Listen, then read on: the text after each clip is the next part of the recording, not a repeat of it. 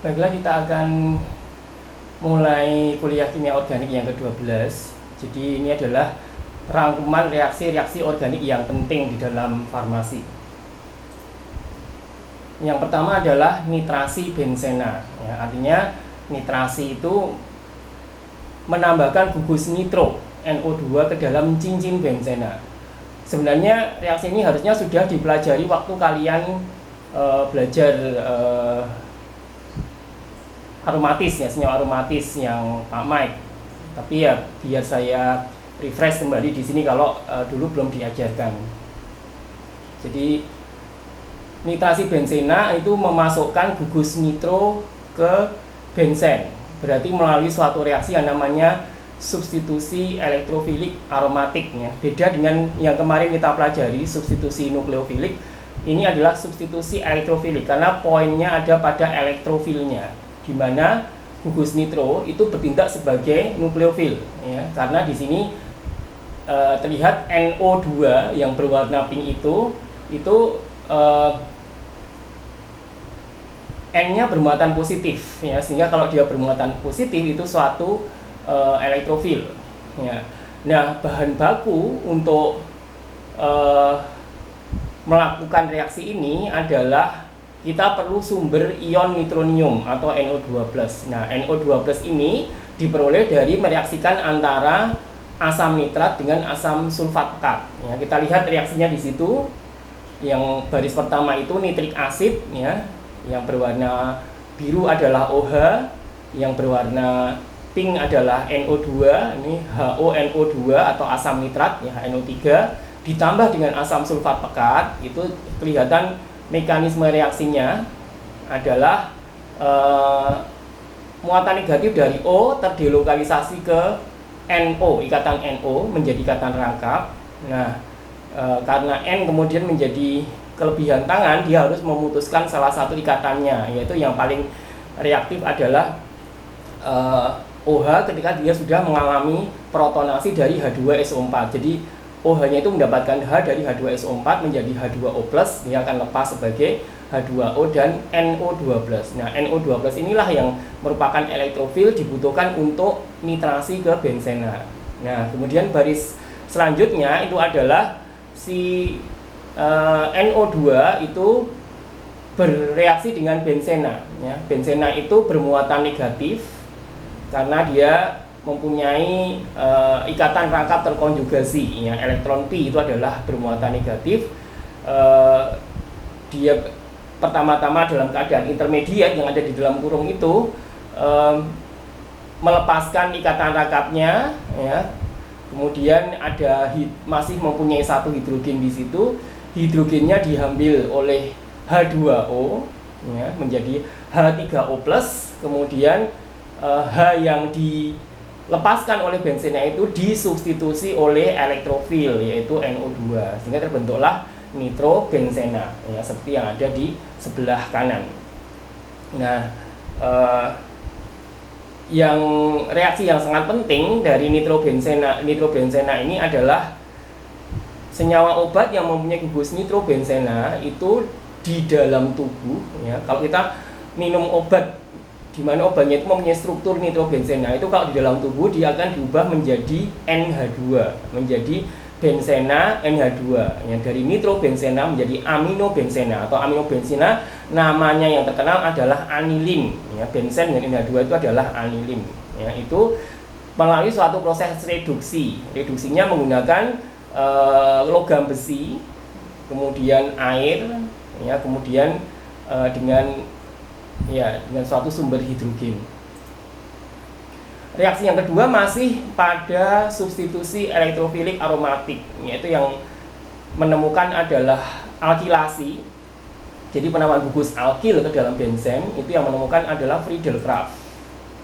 Nah, memasukkan gugus alkil ke dalam benzen, ya. Alkilasi merupakan salah satu substitusi elektrofilik aromatik yang sangat berguna, ya, dalam termasuk untuk membuat sintesis obat. Ya, jadi sama halnya dengan nitro tadi, bahwa nitro itu menggantikan H. Di sini juga alkilasi Friedel-Crafts ini alkilnya itu menggantikan H, ya. Biasanya menggunakan katalisator suatu asam Lewis, yaitu aluminium klorida yang akan membentuk suatu karbokation. Kita lihat di sebelah kiri mekanisme reaksinya itu, di situ suatu alkil halida, masih ingat reaksi SN1 SN2 kemarin ya, alkil halida yaitu kloroetana yang paling atas ditambah aluminium klorida ya, itu si Cl akan lepas dan nempel pada AlCl3 sehingga Cl-nya menjadi 4. Kelebihan satu pasang elektron menjadi AlCl4 negatif.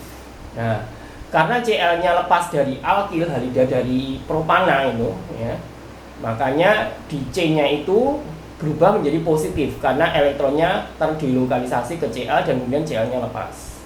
Nah, kalau dia sudah menjadi CH3, CH2 positif, nah itu dia sudah menjadi elektrofil. Sama halnya dengan nitro yang sebelumnya tadi, dia akan menggantikan hidrogen dari benzena. Ya, mekanismenya seperti itu. Jadi ikatan rangkap, salah satu ikatan rangkap dari benzena itu lepas, kemudian hanya akan diambil oleh AlCl4 ya, menjadi HCl dan AlCl3. Kemudian si gugus isopropilnya itu sudah masuk ke benzena. Ada alkilasi Friedel-Crafts. Ya, juga terdapat yang namanya asilasi Friedel-Crafts ya. Asilasi berarti sama masuk ke benzena tapi bukan gugus alkil melainkan gugus asil. Masih ingat asil itu adalah yang mengandung gugus karbonil. Sama yang menemukan juga Friedel-Crafts ya. Dua reaksi ini memang sangat common di dalam pembuatan molekul obat dalam kimia organik. Nah, similar to alkylation ya, suatu elektrofil yang reaktif karena muatan positif atau kation pada gugus asil ini terstabilkan oleh suatu resonansi ya. Suatu kation asil itu tidak mengalami penataan ulang, dapat mengurangi can reduce carbonyl to get alkyl product. Jadi dapat mengurangi suatu karbonil untuk mendapatkan produk alkyl. Maksudnya adalah bisa digunakan sebagai gugus pelindung untuk mengurangi reaksi alkilasi yang biasanya berupa produk samping. Nah, kita lihat reaksinya di situ, gugus asil klorida, bedakan tadi yang alkil klorida ya dengan asil klorida. Ya, dengan asil klorida di situ RCOCl. Ya, RCOCl sama katalisnya adalah asam Lewis AlCl3, di mana Cl akan diambil oleh AlCl3 menjadi AlCl4-.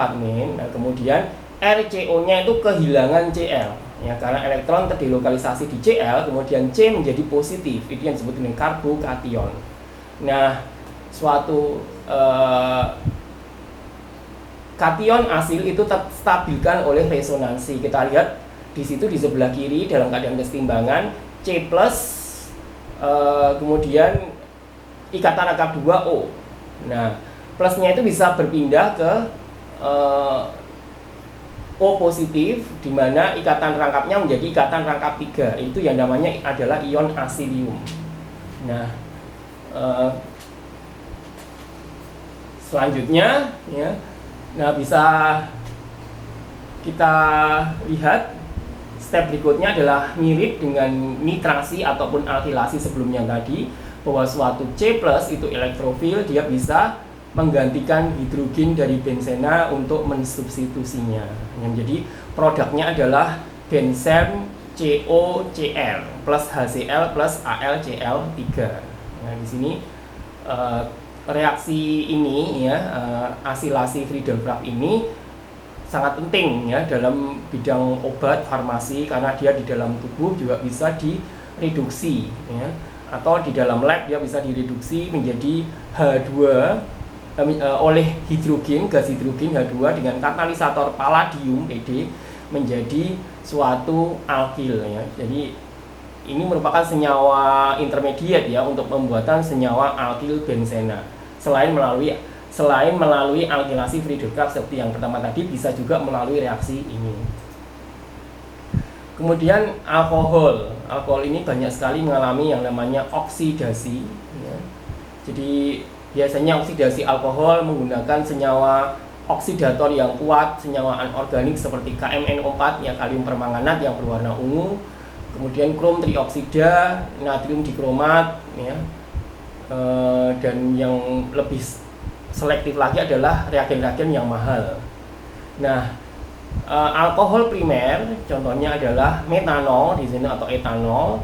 Itu kalau dioksidasi akan berubah menjadi aldehid. Nah, kalau oksidasinya lengkap ya, itu akan menjadi asam karboksilat. Berarti kan di situ dari OH alkohol menjadi COH aldehid dan akhirnya menjadi asam karboksilat COOH. Sedangkan alkohol sekunder ya, kita perhatikan di situ kalau alkohol primer hanya 1H diganti R. Kalau alkohol sekunder 2H diganti R. Itu OH-nya akan dioksidasi menjadi keton. Nah, sedangkan oksidasi terhadap alkohol tersier di mana semua H sudah diganti dengan R itu tidak berlangsung ya, karena gugus R itu terlalu sterik atau terlalu crowded menghalangi OH itu untuk bisa dioksidasi, sehingga pada alkohol tersier itu tidak terjadi reaksi oksidasi. Nah, ini adalah oksidasi pada alkohol primer ya, itu pembentukan aldehid ya, melalui suatu reagen namanya piridinium klorokromat ya, PCC ya, dalam pelarut diklorometana. Nah, ini contoh reaksinya adalah yang menggunakan PCC dan diklorometana itu adalah oksidasi citronilol ya, berasal dari minyak mawar ya, itu jadi ini minyak aromaterapi ya, dari mawar itu suatu alkohol ya, itu CH2OH itu dioksidasi menjadi citronilol aldehid ya. Nah, struktur molekul dari PCC adalah piridinium klorokromat adalah seperti itu ya. Jadi piridin, benzen yang mengandung N itu adalah piridin, kemudian digaramkan dengan klorokromat. Ya, reaksi yang lain yang juga melibatkan reaksi kromat itu adalah 1-dekanol yang C-nya ada 10, kemudian pada ujung C terakhir itu hanya diganti dengan OH. Dan pelarutnya menggunakan aseton dan air sehingga dekanol akan dioksidasi menjadi asam dekanoat COOH. OH menjadi COOH di situ. Kemudian oksidasi alkohol sekunder. Ya, oksidasi alkohol sekunder ini efektif menggunakan reagen seperti natrium dikromat dalam asam asetat ya. PCC digunakan untuk alkohol yang yang sensitif pada temperatur yang rendah. Nah, itu contohnya 4 tersier butil sikloheksanol ya. Jadi ini ada senyawa tersier butilnya, kemudian sikloheksan ya. Bukan benzen itu karena tidak ada ikatan rangkap, kemudian ada OH ya.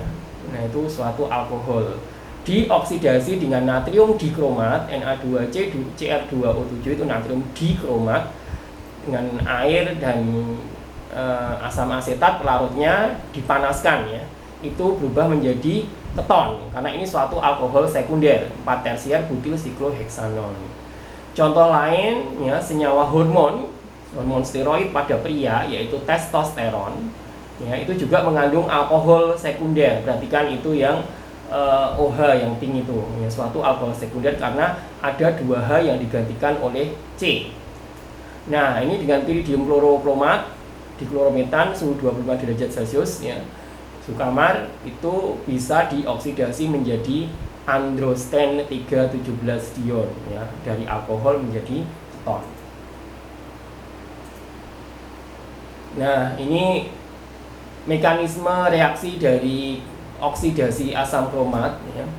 Alkohol akan membentuk suatu ester kromat diikuti dengan eliminasi atau pengeluaran transfer elektron untuk mendapatkan keton ya. Mekanisme dideterminasi dengan diperolehnya efek isotop yang menentukan suatu kecepatan reaksi.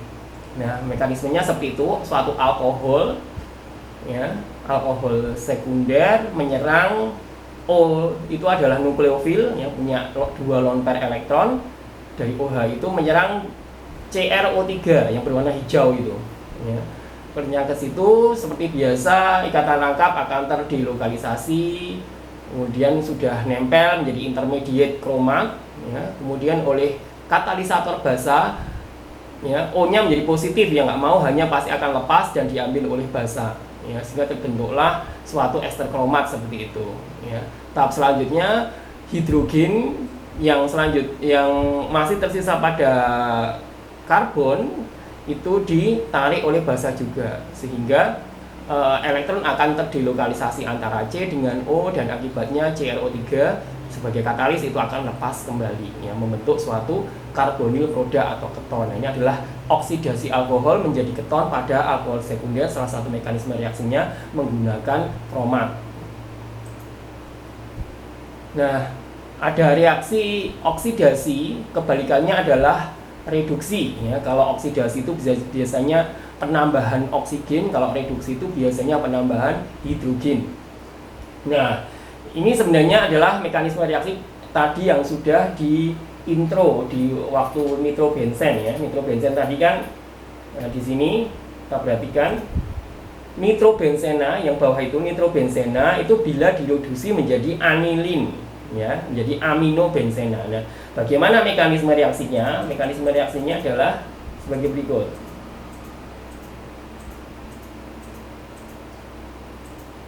Nah, ini, ya.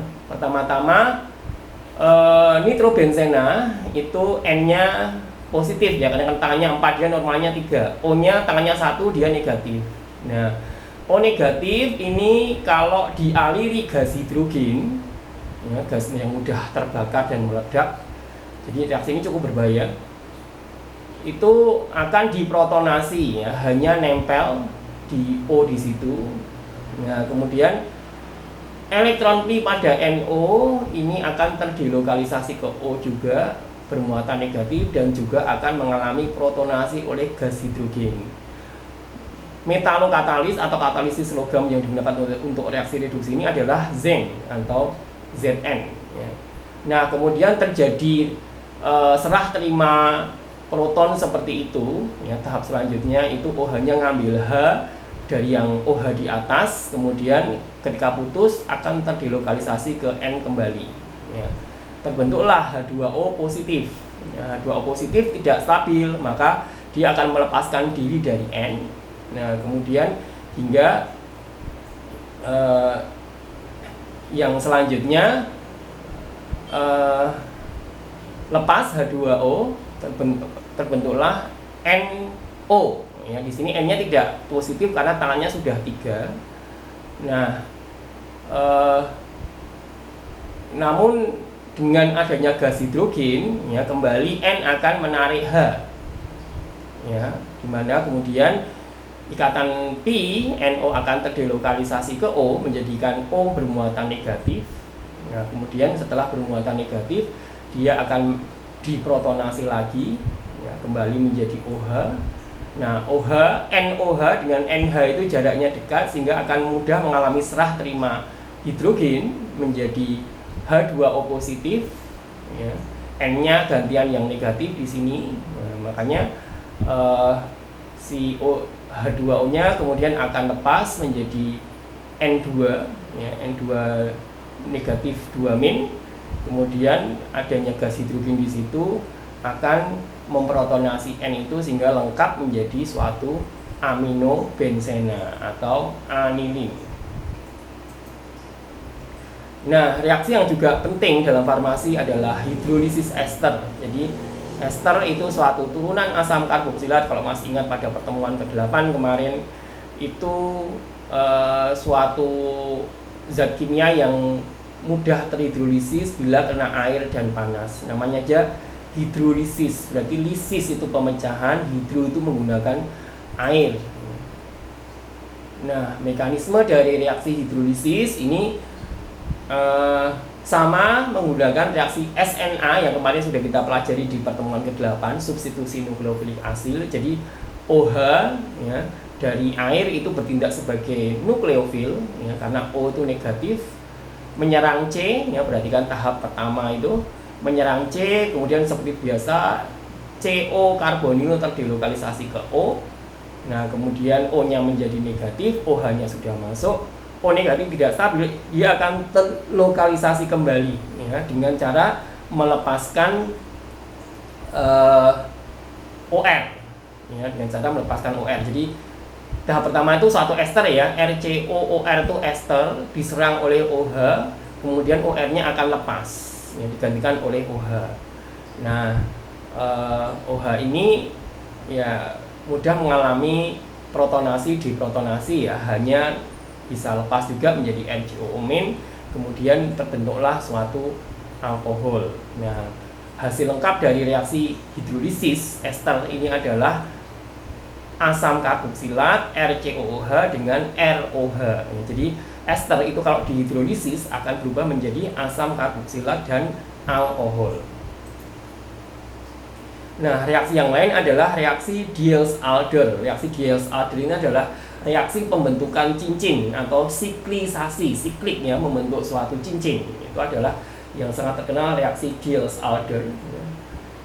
Ya, jadi reaksi Diels-Alder ini adalah reaksi sikloadisi di mana DNA yang terkonjugasi, ya, DNA itu berarti dua ena, dua ikatan rangkap yang berselang-seling. Ya, konjugasi itu selang-seling rangkap, tunggal rangkap.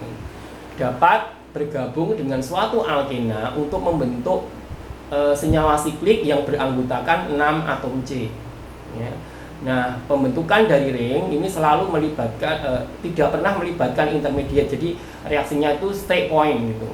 Nah, ditemukan oleh Otto Paul Hermann, Diels dan Kurt Alder di Jerman di tahun 1930. Makanya reaksi ini disebut reaksi Diels-Alder. Nah, perhatikan reaksinya sangat menarik ya, dari suatu 1,3 butadiena. Ya, jadi syarat suatu reaksi di Diels-Alder itu harus ada diena ya, dan ada enofil ya. Diena itu adalah 1,3 butadiena ya, itu adalah diena. Jadi gugus ikatan rangkapnya terletak pada atom C nomor 1 dan atom C nomor 3. Itu 1,3 butadiena. Dan enofil, enofil itu yang mengandung gugus karbonil. Ikatan rangkap terkonjugasi juga dengan suatu ikatan rangkap, yaitu 2 butena 2 on. Jadi itu bisa dipanaskan dalam pelarut toluena, itu akan terbentuk cincin 3 sikloheksenil metil keton. Ya, jadi yang tadinya rantai itu berubah menjadi cincin tertutup seperti itu. Nah, mekanismenya bagaimana kita akan lihat slide selanjutnya. Ya, jadi Woodward dan Hofmann memperlihatkan bahwa reaksi Diels-Alder ini merupakan salah satu reaksi siklisasi yang umum ya, yang disebut sebagai reaksi perisiklik.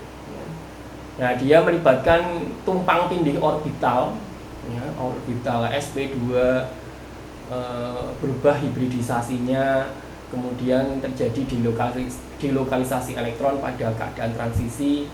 Nah, reaksi ini disebut suatu sikloadisi ya. Jadi kita lihat di sebelah kiri itu ada orbitalnya yang tumpang tindih antara ena ya, sp2 itu kemudian sempat menjadi sp3 senyawa kemudian terjadilah sikloadisi. Nah, ciri-ciri dari reaksi Diels-Alder tadi sudah dikatakan bahwa harus mengandung suatu diinofil ya, CC yang berkonjugasi dengan suatu gugus penarik elektron withdrawing group